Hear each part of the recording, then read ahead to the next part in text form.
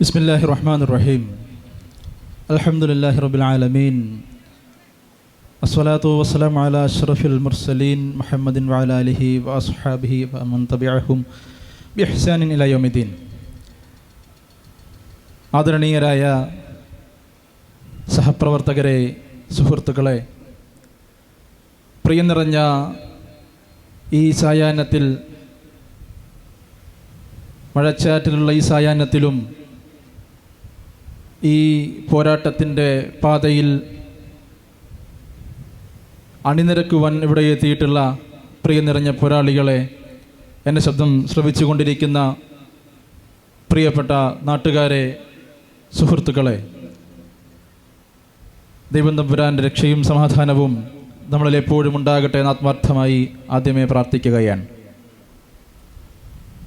അമുഖ ഭാഷണത്തിൽ ഇവിടെ സൂചിപ്പിച്ചതുപോലെ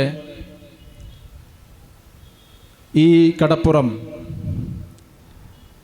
ഈ ശബ്ദത്തെയോ ഈ പതാകകളെയോ ഈ മുദ്രാവാക്യങ്ങളെയോ ആദ്യമായി കേൾക്കുന്നതല്ല. ഇതവസാനമായും കേൾക്കുവാൻ പോകുന്ന ശബ്ദമോ മുദ്രാവാക്യമോ പതാകകളോ ആണ് എന്ന് ഞങ്ങൾ കരുതുന്നുമില്ല.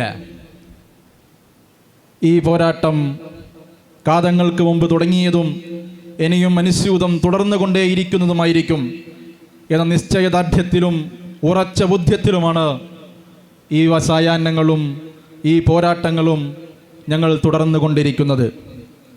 ഇത് ലോകത്തിൻ്റെ ഏതെങ്കിലും മുക്കിലോ മൂലയിലോ കോഴിക്കോടിൻ്റെ ഒരു ബീച്ചിലോ സംഘടിപ്പിക്കപ്പെടുന്ന ഏതോ ഒരൊറ്റപ്പെട്ട സംഭവമല്ല എന്ന് നമ്മൾക്കെല്ലാവർക്കും അറിയുന്ന കാര്യമാണ്.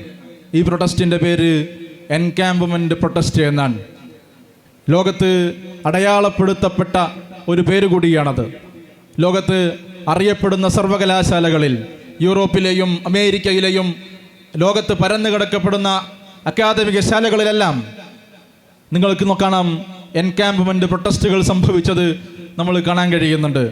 എങ്ങനെയാണ് മുന്നൊരിക്കലും ഇല്ലാത്തത് സ്വഭാവത്തിൽ, മുമ്പെങ്ങും കാണുവാൻ കഴിയാത്ത സ്വഭാവത്തിൽ അങ്ങനെയുള്ള ഒരു ലോകക്രമത്തിലേക്ക്, ഒരു യൂണിവേഴ്സിറ്റികളിലേക്ക്, അക്കാദമിക് സ്പേസിലേക്ക്, തെരുവുകളിലേക്ക്, രാജ്യങ്ങളിലേക്ക് എങ്ങനെയാണ് ഈ പോരാട്ടത്തെ വളർത്തിക്കൊണ്ടുവന്നത്, വളർന്നു വന്നത് എന്നതിൻ്റെ ചരിത്രം നമ്മൾ ആവർത്തിച്ച് പഠിക്കേണ്ടതാണ് എന്നതാണ് എൻ്റെ പ്രിയപ്പെട്ട സഹപ്രവർത്തകരോട്, സുഹൃത്തുക്കളോട് ഈ സന്ദർഭത്തിൽ എനിക്ക് സൂചിപ്പിക്കുവാനുള്ളത്.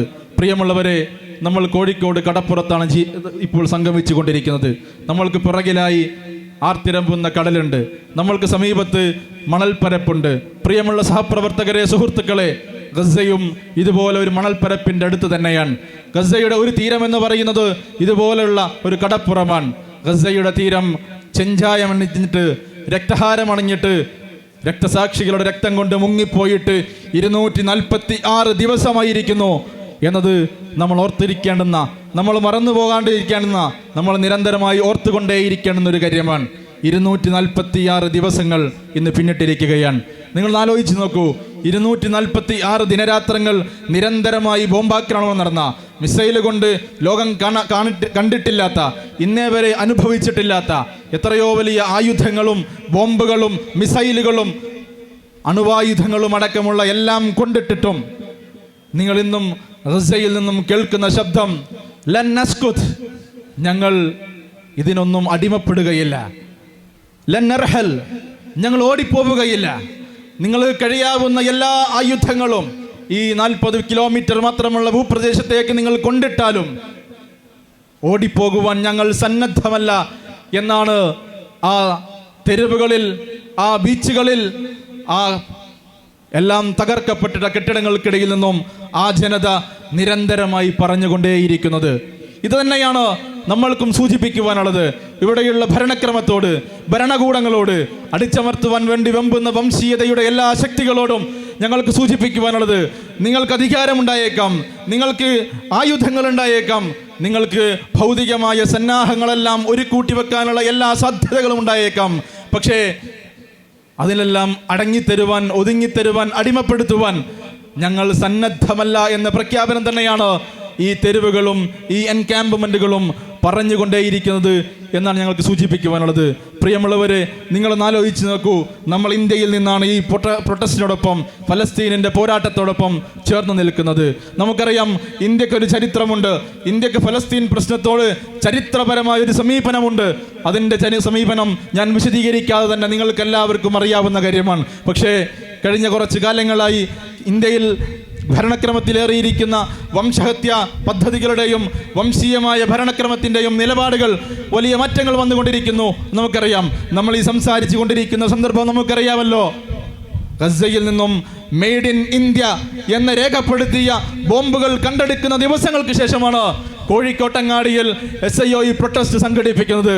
ഞങ്ങൾ ഈ രാജ്യത്തെ വംശീയ ഭരണകൂടത്തോട് പറയുവാൻ ആഗ്രഹിക്കുന്നത്, മെയ്ഡ് ഇൻ ഇന്ത്യ എന്ന ബോംബുകൾ ഇനിയും ഇസ്രായേലിന് വേണ്ടി ഇവിടെ തയ്യാറാക്കുകയാണ് ഭരണകൂടം തീരുമാനിക്കുന്നത് എങ്കിൽ അത്തരം ബോംബ് നിർമ്മാണശാലകൾക്കെതിരെയും അത്തരം വംശീയമായ നിങ്ങൾ വികസിപ്പിച്ചെടുക്കുന്ന ശാലകൾക്കെതിരെയുള്ള പോരാട്ടങ്ങളുടെ തുടക്കമായിരിക്കും ഇന്നിവിടെ തുടക്കം കുറിക്കുന്നത് എന്നാണ് ഞങ്ങൾക്ക് സൂചിപ്പിക്കുവാനുള്ളത്. പ്രിയമുള്ളവരെ, ഇന്ത്യയുടെ ഭരണക്രമത്തെയും ഇന്ത്യയുടെ നിലപാടിനെയും സൂചിപ്പിക്കുകയുണ്ടായി. ഫലസ്തീനോട് ചേർന്ന് നിന്ന ചരിത്രമാണ് ഇന്ത്യക്കുള്ളത്. പക്ഷേ ഇന്ന് വംശഹത്യയുടെ കരാളഹസ്തങ്ങളായി രക്തങ്ങളാൽ ഫലസ്തീനിൻ്റെ കുഞ്ഞുങ്ങളുടെ രക്തങ്ങളാൽ മുങ്ങിക്കിടക്കുന്ന നെതന്യാഹുവിനോടൊപ്പം നിൽക്കുവാനാണ് നമ്മുടെ രാജ്യം മുന്നോട്ട് പോയിക്കൊണ്ടിരിക്കുന്നത് എന്ന് നമുക്കറിയാം. പ്രിയമുള്ളവരെ, നിങ്ങൾ ആലോചിച്ച് നോക്കൂ. ഇസ്മായിൽ ഹനിയ എന്ന് പറയുന്ന ഫലസ്തീൻ പോരാട്ടത്തിൻ്റെ നേതാവ് കേരളത്തിലെ ഒരു പരിപാടിയിൽ ഓൺലൈനായി പങ്കെടുക്കും എന്ന് തീരുമാനിക്കുന്ന സന്ദർഭത്തിൽ അതിൻ്റെ സംഘാടകർ അതിനെക്കുറിച്ച് പോസ്റ്ററും പൊതുമധ്യത്തിൽ അതിനെക്കുറിച്ച് അറിയിപ്പുകൾ നൽകുമ്പോൾ കേരളത്തിൻ്റെ പൊതുമണ്ഡലവും കേരളത്തിൻ്റെ മാധ്യമങ്ങളും എങ്ങനെയാണ് ആ വാർത്തയെ സ്വീകരിച്ചത് എന്ന് ചരിത്രപരമായി നമ്മൾ രേഖപ്പെടുത്തേണ്ടത് തന്നെയാണ്. അതിനെ പൈശാചികവൽക്കരിച്ച കേരളീയ പൊതുമണ്ഡലത്തെയും കേരളത്തിലെ മാധ്യമങ്ങളെയും നമ്മൾ കാണാതെ പോകരുത്. ഇന്ത്യയുടെ ചരിത്രം നമുക്കറിയാം, ഫലസ്തീൻ നേതാക്കളെ സ്വീകരിച്ച ചരിത്രമാണ്. മഹ്മൂദ് അബ്ബാസിനെ അടക്കമുള്ള ആളുകളെ സ്വീകരിച്ച ചരിത്രം ഇന്ത്യക്കുണ്ട്. ഇസ്മായിൽ ഹനിയ എന്ന് പറയുന്നത് ഇസ്മായിൽ ഹനിയ ഹമാസിൻ്റെ നേതാവൻ. മഹ്മൂദ് അബ്ബാസ് അടക്കമുള്ള ഇന്ത്യയുടെ ചരിത്രത്തിൽ ഇന്ത്യയിലേക്ക് കടന്നു വന്നിട്ടുള്ള നേതാക്കൾ, ഇതുപോലെ പല റെസിസ്റ്റൻസുകൾക്കും നേതൃത്വം നൽകിയ ധാരാളം നേതാക്കൾ ഇന്ത്യയിലേക്ക് കടന്നു വന്നിട്ടുണ്ട്. അവരൊക്കെയും ഇന്ത്യ സ്വീകരിച്ചിട്ടുണ്ട്. പക്ഷേ നമ്മുടെ ഇന്ത്യ മാറിപ്പോയതിൻ്റെ ചരിത്രം സമകാലികമായ ചരിത്രമാണ് ഞാൻ സൂചിപ്പിച്ചത്. ഇസ്മായിൽ ഹനിയ വരുമ്പോൾ അതിനെ പൈശാചികവൽക്കരിക്കുന്ന ഒരു കാലഘട്ടത്തിലേക്കാണ് നമ്മൾ ജീവിച്ചു കൊണ്ടിരിക്കുന്നത് എന്ന് പറയുമ്പോൾ അതിനെ മനസ്സിലാക്കുവാനും അതിനെ തിരുത്തുവാനുമുള്ള ശേഷി നമ്മുടെ ജനസമൂഹത്തിനും നമ്മുടെ പൊതുമണ്ഡലത്തിനും സ്വായത്തമാക്കുവാൻ സാധിക്കുന്നില്ല എങ്കിൽ തൃശ്ശൂരിനെ കുറിച്ച് വെറുതെ വേവലാതിപ്പെട്ടത് കൊണ്ട് ഒരു കാര്യവുമില്ല എന്ന് മാത്രമാണ് എനിക്ക് സൂചിപ്പിക്കുവാനുള്ളത്. ഇസ്മായിൽ ഹനിയ വരുന്നു എന്ന് പറയുമ്പോൾ മുഖം കനക്കുന്ന, അതിനെ പൈശാചികവൽക്കരിക്കുമ്പോൾ അതിനെ സ്വീകരിക്കുവാൻ വെമ്പുന്ന, അതിനെതിരെയുള്ള പ്രഖ്യാപനങ്ങൾക്കും പ്രചരണങ്ങൾക്കും എല്ലാവിധ ഒത്താശകളും ചെയ്യുന്ന ഭരണക്രമങ്ങളും പോലീസും മാധ്യമങ്ങളും പൊതുമണ്ഡലവുമാണ് ഇനിയും ഇവിടെ വളരുവാൻ പോകുന്നത് എങ്കിൽ തൃശ്ശൂരുകൾ ഇനിയും പുനരാവർത്തിക്കുവാൻ തന്നെയായിരിക്കും നമ്മുടെ നാടിൻ്റെ ഗതികേട് എന്ന് മാത്രമാണ് നമ്മൾക്ക് സൂചിപ്പിക്കുവാനുള്ളത്. പ്രിയമുള്ളവരെ, ഇനിയും ഇങ്ങനെ മുന്നോട്ട് പോകുവാൻ നമ്മൾ ഒരുക്കമല്ല. അതിനെതിരെയുള്ള ശബ്ദങ്ങൾ കനപ്പിച്ചെടുക്കുവാൻ തന്നെയാണ് നമ്മൾ തീരുമാനിക്കുന്നത് എന്നാണ് ഈ സംഗമങ്ങൾ സൂചിപ്പിക്കുന്നത്, പ്രഖ്യാപിക്കുന്നത്.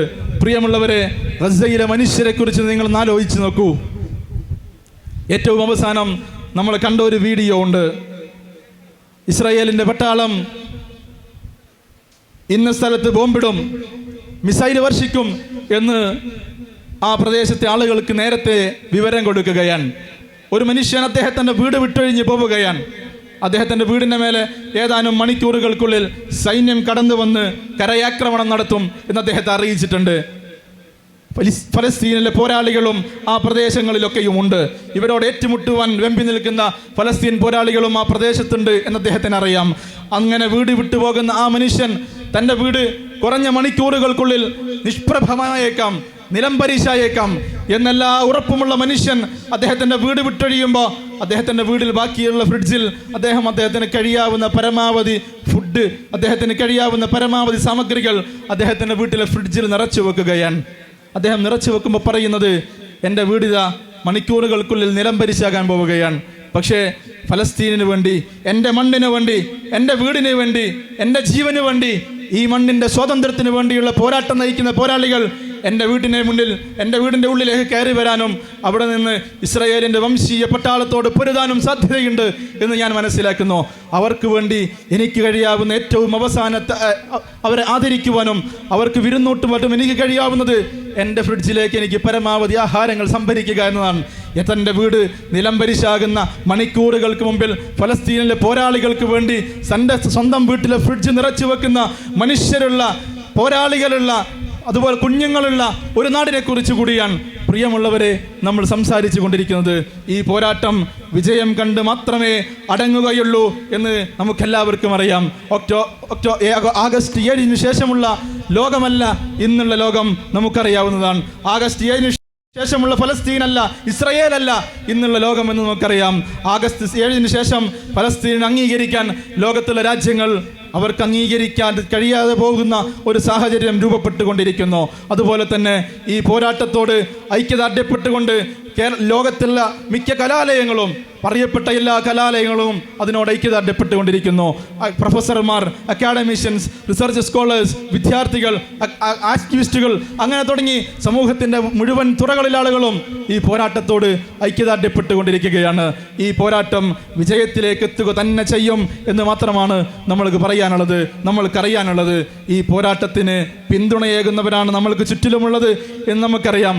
എന്നാൽ ചേരുണ്ട് അതിനെ കുലങ്കുത്തുന്ന, അതുപോലെ തന്നെ അതിന് തിരിഞ്ഞു നിൽക്കുന്ന ഈ വംശീയ പദ്ധതിക്ക് കുഴലൂതുന്ന ആളുകൾ നമ്മൾക്കിടയിലും നമ്മൾക്ക് ചുറ്റിലും ഉണ്ട് എന്ന യാഥാർത്ഥ്യം കൂടി നമ്മൾ മനസ്സിലാക്കി പോകേണ്ടതുണ്ട് എന്ന് ഈ സന്ദർഭത്തിൽ സൂചിപ്പിക്കുകയാണ്. പ്രിയമുള്ളവരെ, അവരെ മനസ്സിലാക്കുക, അവർക്ക് കൊടുക്കേണ്ടുന്ന മരുന്ന് കൊടുക്കുക എന്നത് ഈ നാടിൻ്റെ ജനാധിപത്യത്തെയും മതേതരത്വത്തെയും അതുപോലെ എന്തൊക്കെ മൂല്യങ്ങളെക്കുറിച്ച് നമ്മൾ സംസാരിക്കാറുണ്ടോ അതിനെയൊക്കെയും സംരക്ഷിക്കുവാൻ ആഗ്രഹിക്കുന്നുവോ അവർ ഈ പോരാട്ടത്തോടൊപ്പം നിൽക്കുകയും ഇതിനെതിരെയുള്ള പ്രചാരണങ്ങളും ഇതിനെതിരെയുള്ള വംശീയ അക്രമങ്ങൾക്കൊപ്പം നിൽക്കുന്നവരെയും തിരിച്ചറിയുകയും ചെയ്യുവാൻ കഴിയുന്നില്ല എങ്കിൽ അവർ പറയുന്ന മൂല്യങ്ങളെയൊക്കെയും നാളുകളിൽ തകർക്കപ്പെടുവാനുള്ളതാണ് എന്ന് മാത്രമാണ് നമ്മൾക്ക് അവരോട് സൂചനയായി മുന്നറിയിപ്പായി പറയുവാനുള്ളത്. പ്രിയമുള്ളവരെ, നമ്മൾക്കറിയാവുന്നതുപോലെ നമ്മളൊരു ഇലക്ഷൻ്റെ റിസൾട്ട് വന്നതിൻ്റെ കുറഞ്ഞ ദിവസങ്ങൾക്ക് ശേഷം കൂടിയാണ് നമ്മൾ ഈ ഒരുമിച്ച് കൂടുന്നത്. ഇലക്ഷൻ്റെ റിസൾട്ട് നമ്മൾക്ക് പറഞ്ഞു തരുന്ന പല കാര്യങ്ങളുമുണ്ട്. നമ്മൾക്ക് ഇന്ത്യയിലെ വൈവിധ്യങ്ങളെക്കുറിച്ച്, വൈവിധ്യങ്ങളായ സാധ്യതകളെക്കുറിച്ച്, ഇവിടെ സാധ്യമാകുന്ന വ്യത്യസ്തങ്ങളായ രാഷ്ട്രീയങ്ങളെക്കുറിച്ചൊക്കെയും ഇന്ത്യയുടെ 2024 ഇലക്ഷൻ റിസൾട്ട് നമ്മോട് സംസാരിക്കുന്നുണ്ട്. ഇത് കൂടുതൽ പ്രതീക്ഷയോടുകൂടി തന്നെ, കൂടുതൽ ആർജവത്തോടു കൂടി തന്നെ, ആത്മവിശ്വാസത്തോടു കൂടി തന്നെ ഇനിയും നീതിയുടെ മാർഗത്തിൽ, ഇനിയും ജനാധിപത്യത്തിൻ്റെയും മതേതരത്വത്തിൻ്റെയും ഒക്കെ മാർഗത്തിൽ കൂടുതൽ പോരാട്ടം നയിക്കുവാനുള്ള ആദർശ മാർഗത്തിൽ ഏറ്റവും കരുത്തോടുകൂടെ മുന്നോട്ട് പോകുവാനുള്ള തീരുമാനമെടുക്കേണ്ട സന്ദർഭം കൂടിയാണ്. പ്രിയമുള്ള വിദ്യാർത്ഥി സുഹൃത്തുക്കളെ, നമ്മൾക്ക് ചുറ്റിലും, നമ്മൾക്ക് ലോകത്തിൻ്റെ ചുറ്റിലും ധാരാളം മനുഷ്യരെ, ധാരാളം വിദ്യാർത്ഥികളെ, ധാരാളം ക്യാമ്പസുകളെ നമ്മൾ കാണുവാൻ കഴിയും. നമ്മൾ അവയോടൊക്കെയും ഐക്യദാർഢ്യപ്പെടുകയാണ്.